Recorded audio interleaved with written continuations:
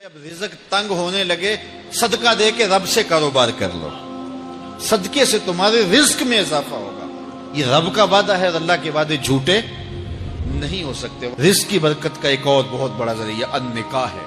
فرمایا اگر تم نکاح کرو گے، تم فقیر ہو وہ تمہیں غنی کر دے گا۔ وہ کہتے ہیں بچہ پیروں پہ کھڑا ہو لے تو پھر نکاح کریں گے۔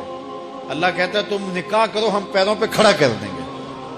ہمارا فلسفہ اپنا ہے، اس کا حکم اپنا ہے۔ وہ کہتا ہے ابھی تو یہ اپنے لیے نہیں کماتا، تو جو آئے گی اس کو کہاں سے کھلائے گا؟ میاں جس نے آنا ہے اس نے اپنا رزق لے کے آنا ہے۔ تو بچوں کی شادیاں کرو، اگر وہ جوان ہو گئے رزق نصیب ہو۔ اپنے اہل خانہ کو نماز کے حکم دینے سے رزق بڑھتا ہے، کیونکہ جو صبح کا وقت ہوتا ہے یہ رزق کے بٹنے کا وقت ہوتا ہے، اور جس گھر میں صبح کے وقت لوگ سوئے ہوئے ہوتے ہیں وہاں بے برکتیاں ہوتی ہیں۔ تو طلوع فجر سے لے کر کے طلوع آفتاب تک اپنی اولاد کو، بیوی کو، بچوں کو نہ سونے دیں۔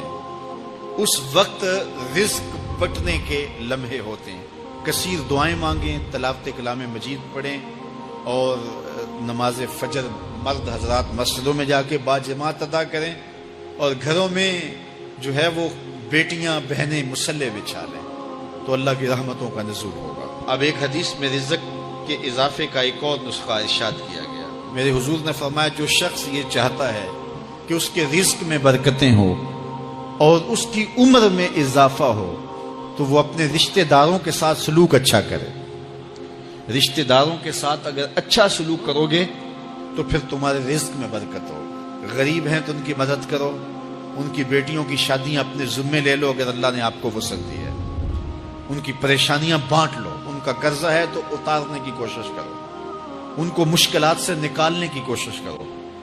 تم ان کو مشکلات سے نکالو گے، اللہ تمہیں مشکلوں سے نکالے گا۔ تمہارے رزق میں بھی برکتیں ہوگی اور تمہارے مال میں بھی برکتیں ہوں۔ فرمایا بہتر صدقہ وہ ہے جو ناراض غریب رشتہ دار کو دیا جائے۔ اگر وہ پھنس گیا ہے، مجبور ہے، ناراض ہے، تو اس کو اگر دیں گے تمہارا نفس اس میں شامل نہیں ہوگا، تو یہ افضل صدقہ ہے جو ہر صورت میں قبول ہی قبول ہے۔ رزق کے اضافے کا ایک اور سبب الاحسان الی الضعفاء، جو کمزور لوگ ہیں ان کے ساتھ اس نے سلوک کرنا۔ الانفاق علی طلبۃ العلم، طالب علموں پہ خرچ کرنا، یہ بھی رزق میں اضافے کا سبب اور ذریعہ ہے۔ وہ حضرت بابا فرید نے کہا نا، چھٹا رکن دین کا روٹی ہے۔